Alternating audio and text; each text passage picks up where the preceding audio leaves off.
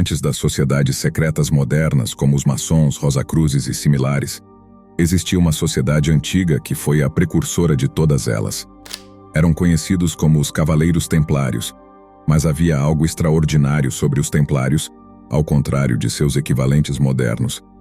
O curioso é que eles nem começaram sendo conhecidos como Templários. Eles foram estabelecidos no ano 1119 como os pobres companheiros soldados de Cristo, porque eram extremamente pobres e foram fundados sobre as ruínas do Templo de Salomão. Esse nome inicial não era realmente tão inspirador, então eles posteriormente renomearam para Cavaleiros Templários. O que a maioria das pessoas não sabia sobre os Templários era que eles eram encarregados de guardar relíquias religiosas extremamente poderosas, como o Santo Graal e a Arca da Aliança. Era bem conhecido que relíquias como a Arca da Aliança eram altamente perigosas para o mortal comum. As escrituras sagradas judaicas e cristãs ditam que a Arca da Aliança só pode ser carregada pelos levitas, que constituíam a antiga classe sacerdotal judaica. Eles devem carregar a arca usando 2 varais de madeira inseridos através de argolas em seus lados, pois tocar a própria arca resultará em morte imediata pelas mãos de Deus. E de acordo com o 2º livro de Samuel, quando o levita Uzá tocou a arca com sua mão nua, Deus o matou imediatamente. Porque os Cavaleiros Templários poderiam ser confiáveis para manusear objetos altamente voláteis como este. Você irá descobrir o poder e o segredo deles. A organização dos Cavaleiros Templários consistia de 3 níveis principais. O primeiro nível consiste nos Cavaleiros Templários publicamente conhecidos, que desempenhavam deveres templários por toda a Europa e em outros lugares do mundo. O segundo nível era composto pelos Cavaleiros Templários menos conhecidos, que eram responsáveis por ensinar e manter a pureza das técnicas espirituais da organização. O terceiro e último nível dos Cavaleiros Templários era mantido secreto para o público. O terceiro nível de cavaleiros eram membros do lendário Círculo Interno, que salvaguardava e usava os tesouros inestimáveis da Arca da Aliança. O tesouro inestimável é um termo antigo usado para descrever os benefícios que se recebe de ensinamentos sagrados. Inestimável é um termo usado para descrever algo que está além da riqueza material. O tesouro inestimável refere-se à riqueza espiritual, neste caso. Os tesouros inestimáveis são os ensinamentos sagrados e técnicas que haviam sido gravados nas pedras da aliança por Moisés e outros. Os Cavaleiros Templários, no início do século XII, recuperaram a Arca da Aliança que foi enterrada em 588 a.C., antes de Jerusalém ser capturada pelos babilônios. Todos os cavaleiros que se tornaram membros da Ordem de Cavalaria, conhecidos nos séculos XII, XIII e XIV como os Cavaleiros Templários, eram ensinados certas técnicas espirituais que foram gravadas nessas pedras ou tábuas que eram transportadas dentro da Arca da Aliança. Conforme os cavaleiros selecionados progrediram em suas habilidades espirituais, eles eram ensinados níveis cada vez mais altos dessas técnicas espirituais secretas. E quais eram essas técnicas secretas que eles possuíam? Embora eu suspeite que a maioria delas tenha sido destruída ou mantida sob chave secreta, podemos realmente obter pistas sutis entendendo o código dos Cavaleiros Templários e vislumbrar seu conhecimento avançado da realidade. Então, no vídeo de hoje, vou compartilhar com você, irmão imortal, os 4 principais ensinamentos dos Cavaleiros Templários que lhes permitiram ganhar controle total sobre suas mentes, aquela sociedade, quando estavam no poder, e, finalmente, ganhar acesso a uma faculdade superior. Então, com isso, vamos direto ao ponto. Para entender totalmente a profundidade desse conhecimento espiritual e princípios avançados aos quais os Templários tinham acesso, realmente temos que entender o código e os princípios pelos quais eles viviam. Eu descobri 4 princípios principais que vi transferir para cada área única da vida. Tem relações profundas com ensinamentos antigos do yoga, hermetismo e conhecimento egípcio antigo. E todos corroboram para mostrar como a realidade é criada e como alguém pode viver sua melhor vida. E esses são realmente princípios esotéricos realmente profundos. Então vou respaldá-los com exemplos reais. Então vamos para o princípio número 1 pelo qual os Templários viviam. Apoiar o chamado. O primeiro princípio que era realmente muito importante, que é um dos princípios fundamentais dos Cavaleiros Templários, é apoiar um chamado superior. Eles viviam em serviço completo a uma verdade superior e sempre falavam sobre e sempre se concentravam em se render a Deus. Portanto, o primeiro princípio é o princípio da rendição. Sua principal missão era servir a Deus. Tudo estava a serviço de Deus e protegendo os ensinamentos. Isso realmente corrobora diretamente com o conhecimento antigo do yoga. Por que digo isso? Porque no conhecimento antigo do yoga, Patanjali, milhares de anos atrás, falou sobre o conceito de Vairagya e Abhyasa. Esse é o preço a se pagar. Embora os templários fossem ferozes em seu esforço e em sua pura vontade, esse esforço tinha que ser equilibrado por sua rendição à missão em si. Para alcançar qualquer coisa que você queira na sua vida, você tem que ter um equilíbrio entre esforço e rendição. Você já notou como sempre que você está colocando muito esforço, você está tentando demais obter um determinado resultado. Isso nunca realmente acontece. Mas um dia você simplesmente esquece disso. Aquele parceiro que você estava tentando atrair, ou aquela receita de negócios que você estava tentando alcançar, ou a coisa que você queria tanto que acontecesse na sua vida. De repente você esquece tudo sobre isso. Você dota de leveza e esquecimento e de repente apenas acontece espontaneamente. Este é o princípio pelo qual os cavaleiros viveram. A aceitação radical do fluxo da vida e rendição a um propósito superior. Entendendo o esforço e a rendição e como equilibrar ambos, isso trará poder. Olhando para minha vida pessoal, quando eu comecei minha jornada empreendedora, lembro-me de entrar em vendas e isso foi em 2019. Decidi deixar meu emprego em tempo integral para me dedicar totalmente ao meu negócio de consultoria. E no mês de maio de 2019, as apostas eram as mais altas. Eu tinha que provar a meus pais e eu tinha que provar aos outros, e eu tinha que provar para mim mesmo que eu poderia viver com essa outra renda para substituir minha renda de 8 a 6. Durante aquele mês, participei de várias chamadas de vendas. Em cada uma delas, eu estava extremamente ansioso, precisando muito fechar as vendas. Era nítido que os potenciais clientes percebiam minha energia de desespero, e quanto mais eu tentava, mais eles se afastaram. Minha necessidade só gerava mais resistência. Foi um ciclo frustrante que me levou a uma importante realização. Eu estava focado demais no esforço e não na entrega. Percebi que precisava me render ao processo e desapegar do resultado. Entendi que o resultado final não está sob nosso controle direto. Deve ser confiado a uma força maior, seja Deus, o universo ou qualquer outra entidade em que se acredite.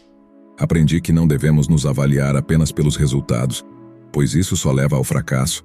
A vida é feita de ciclos, como as estações, e devemos aprender a navegar por cada um deles sem nos apegarmos demasiadamente às circunstâncias atuais. Se você continuar se julgando com base nos resultados que está obtendo na sua vida, você sempre falhará. Você sempre se moverá para cima e para baixo com as ondas da vida, porque a vida acontece em estações. Às vezes você vai ter verão na vida. Às vezes você vai ter primavera. Às vezes você vai passar por um período de inverno e desolação, e nada está funcionando. O que você faz então? Você tem que se desapegar disso. Você tem que se desligar disso. E a única maneira de fazer isso é encontrar e atingir esse equilíbrio entre esforço e rendição. Assim que eu fiz isso, eu comecei a faturar muito mais dinheiro e ter muito mais paz de espírito. Então esse é o primeiro princípio e um dos mais fundamentais que os templários viveram. O segundo princípio é tão importante quanto. É o princípio da contemplação. Não é a sua meditação tradicional sentado com as pernas cruzadas, como um yogi oriental.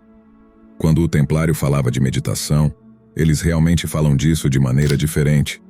Eles sempre meditavam e contemplavam os ensinamentos da Bíblia e sua missão. Ou seja, eles sempre mantinham o objetivo em mente e sempre se concentravam no próprio ensinamento todos os dias. Se você se concentrar em uma coisa repetidamente, o que acontece? Essa coisa está em mente. Nossas mentes têm esse mecanismo chamado sistema reticular ativador. Ele está localizado na mente subconsciente. Sempre que nos concentramos em algo, como se eu pedisse para você pensar em um carro vermelho, tudo o que você pode ver é a imagem do carro vermelho. Se eu pedir para você não pensar em um carro vermelho agora, tudo o que você pode pensar ainda é esse carro vermelho. Você não pode se forçar a não pensar em algo. Você não pode resistir a algo. Você só pode se concentrar no conteúdo. É assim que funciona o sistema reticular ativador.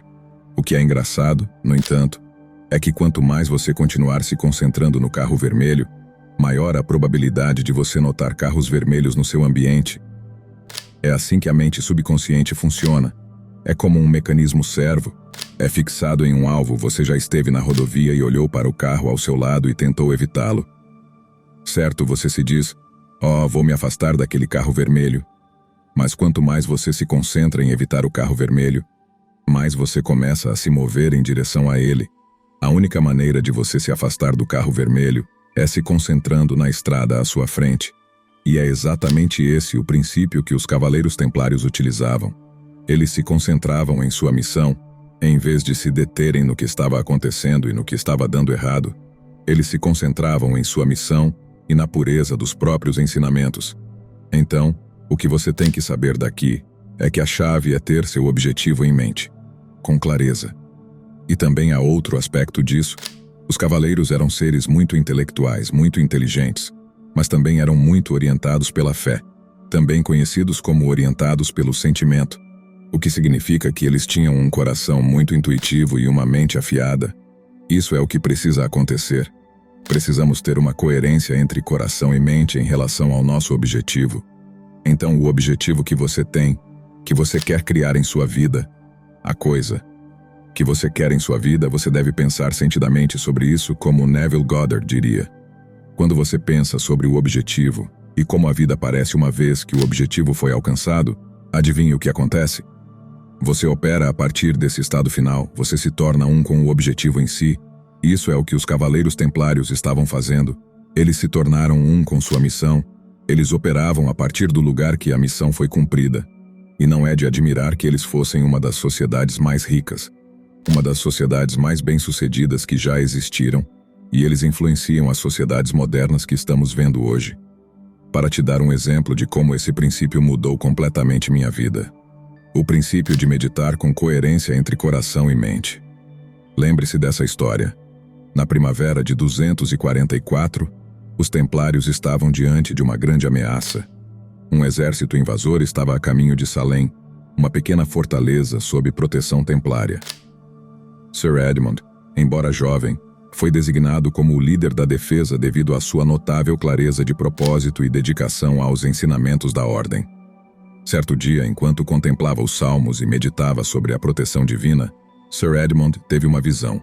Na sua meditação, ele viu não apenas a fortaleza protegida e intacta, mas também os caminhos que os invasores poderiam tomar.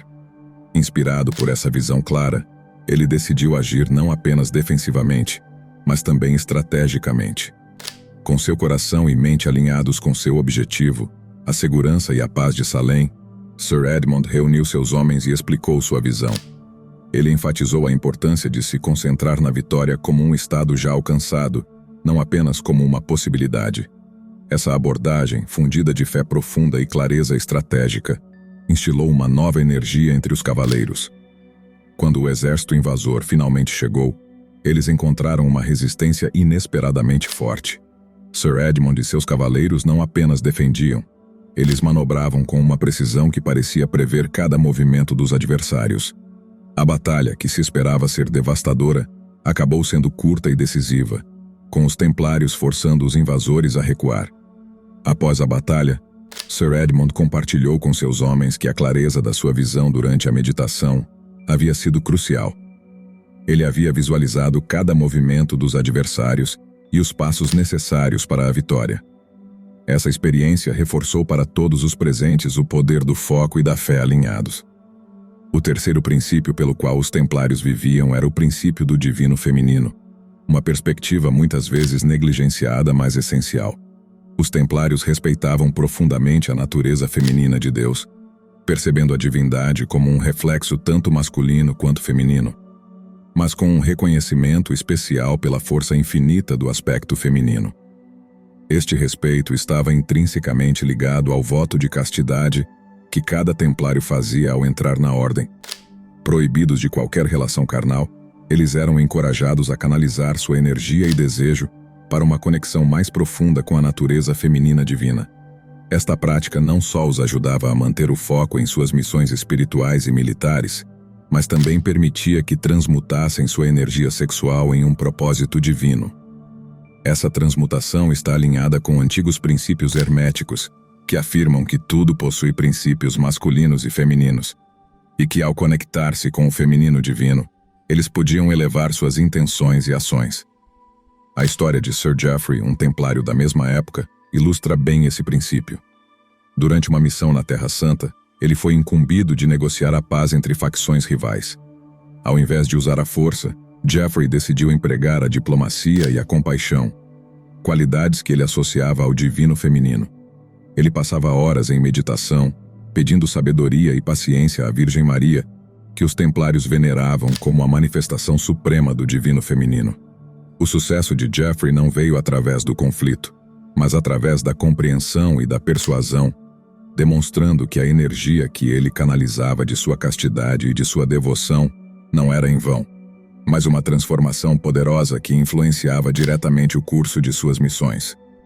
Ao se conectar com o feminino divino, os templários conseguiam transformar sua energia sexual em fervor para sua missão sagrada, um conceito que você pode aplicar redirecionando suas próprias energias, seja paixão ou raiva, para seus objetivos pessoais. Tudo tem seus princípios masculinos e femininos. A lei do gênero se manifesta em todos os planos, e conectando-se com o feminino divino, eles foram capazes de transmutar sua energia sexual em seu propósito divino para realizar a missão. A chave para você entender como a energia pode ser transmutada de uma forma para outra, se você é alguém que é talvez altamente sexual por natureza, altamente apaixonado em vez de pensar que isso é uma coisa ruim. Se você é alguém que está com raiva, se em vez de pensar que isso é uma coisa ruim, como, eu não deveria estar com raiva, eu deveria ser mais pacífico. Pense, como posso canalizar isso no que eu quero para a minha vida? Pode ser um objetivo que você tem que estar relacionado à riqueza, finanças. Pode ser um objetivo que você tem em termos de sua família, em termos de ajudar as pessoas, o que quer que seja. Como você pode canalizar o que você já tem? Somos ensinados muitas vezes que não devemos ter nada de negativo. Isso é uma falácia. É impossível. O pensamento positivo é poderoso, mas o próprio ato de tentar transformar todo o negativo em positivo, muitas vezes se torna negativo. O que você deve fazer muitas vezes é transmutar essa energia, aprender como usar o que você já tem e tornar realidade o que você quer. Os templários foram capazes de fazer transmutando em sua energia sexual. Através de exercícios, respiração profunda e técnicas ancestrais, você pode redirecionar essa energia para um local muito mais criativo. Há um vídeo no canal sobre isso. Finalmente, o quarto e último princípio vivido pelos cavaleiros templários era o da ação correta. Esses guerreiros espirituais entendiam que para cultivar o crescimento espiritual era essencial realizar ações, mas estas não poderiam ser meras atividades sem sentido. Elas precisavam ser intencionais e corretas. Permita-me então propor uma reflexão. Quantas vezes você executa uma tarefa apenas por executar, em vez de fazê-la impulsionado por uma intenção clara e específica? Seja em atividades profissionais, ou no convívio com seu filho, sua esposa ou sua família, sempre que estou consciente das minhas ações, reflito profundamente sobre quem eu estou sendo nessas interações, de que lugar essas ações estão emergindo. Por que motivo estou realmente fazendo o que faço? Para ilustrar com um exemplo cotidiano, pense na forma como você pode cumprimentar uma pessoa pela qual sente atração. Uma saudação pode emergir de um lugar de necessidade, onde a intenção subjacente é obter algo, ou de um estado de plenitude interior, onde a intenção é genuinamente oferecer algo de si. No primeiro caso, a abordagem pode soar como "Oi, como você está hoje?", com um subtexto de querer algo em retorno. No segundo, poderia ser mais como "Oi, como você está hoje? É um prazer conhecê-lo", transmitindo um genuíno interesse e boa vontade. Essa distinção é crucial porque quando suas ações provêm de um local de doação e serviço, elas se alinham com o princípio da ação correta. Isso se torna um método eficaz para transmutar intenções inferiores, aquelas nascidas de uma mentalidade de sobrevivência que nos impulsiona a extrair de outros, em algo mais elevado e altruísta. O que posso oferecer ao mundo? Como posso assegurar que minhas ações sejam congruentes com meus valores mais profundos, de modo que eu não termine o dia decepcionado comigo mesmo? É vital compreender que a única pessoa capaz de decepcioná-lo verdadeiramente é você mesmo. Você nunca pode se esconder completamente de sua própria consciência. Você pode tentar enganar os outros, mas nunca a si mesmo. Portanto, não se trata apenas do que você faz, mas de como e por que você faz. Ao focar em quem você está sendo durante a execução de suas tarefas, suas ações naturalmente refletem esse estado de ser. Imagine, por exemplo, se você se esforçasse para ser uma pessoa mais atraente e então se perguntasse: o que uma pessoa atraente faria nesta situação? Ou se você aspira a ser um empresário de sucesso, como essa identidade influencia suas decisões diárias? A chave é estar ciente de quem você está se tornando a cada momento, com cada ação que você realiza. Quando você alinha suas ações com a intencionalidade apropriada, os resultados corretos naturalmente se seguem. Para ilustrar isso com um exemplo pessoal, quando comecei a produzir vídeos no YouTube, eu não tive muita clareza, mas fiz isso com todo o meu coração e intenção pura. E logo isso começou a dar muito certo. Meu foco era realmente oferecer valor e não me concentrar apenas em receber. E aconteceu algo incrível. Mais pessoas começaram a assistir aos vídeos e se conectar comigo, e mais pessoas se tornaram clientes. Tudo o que eu desejava começou a se materializar assim que eu me dediquei genuinamente a servir ao invés de receber. Esse é o poder do ativismo sagrado que os Cavaleiros Templários exemplificam tão bem. E é uma lição poderosa para todos nós. Ao aplicar o princípio do espelho, a ideia de que qualquer imagem interna que projetamos é refletida de volta para nós pela realidade, podemos literalmente moldar nosso mundo externo através das nossas atitudes e identidade interna. Eu discuto esses conceitos em profundidade em outro vídeo aqui do canal, esperando que possa ajudar outras pessoas a dominarem suas realidades, assim como eu fiz. Este vídeo está disponível gratuitamente, e é uma ferramenta que eu sinceramente espero que beneficie muitos. Estou ansioso para que você veja e tire proveito disso no seu próprio caminho de crescimento pessoal e profissional. Você também pode participar do programa Mente Dimensional como uma maneira de acelerar seu processo de expansão de consciência, ajudar o canal e receber materiais exclusivos. Gratidão, liberte-se pelo conhecimento, transforme-se pela percepção.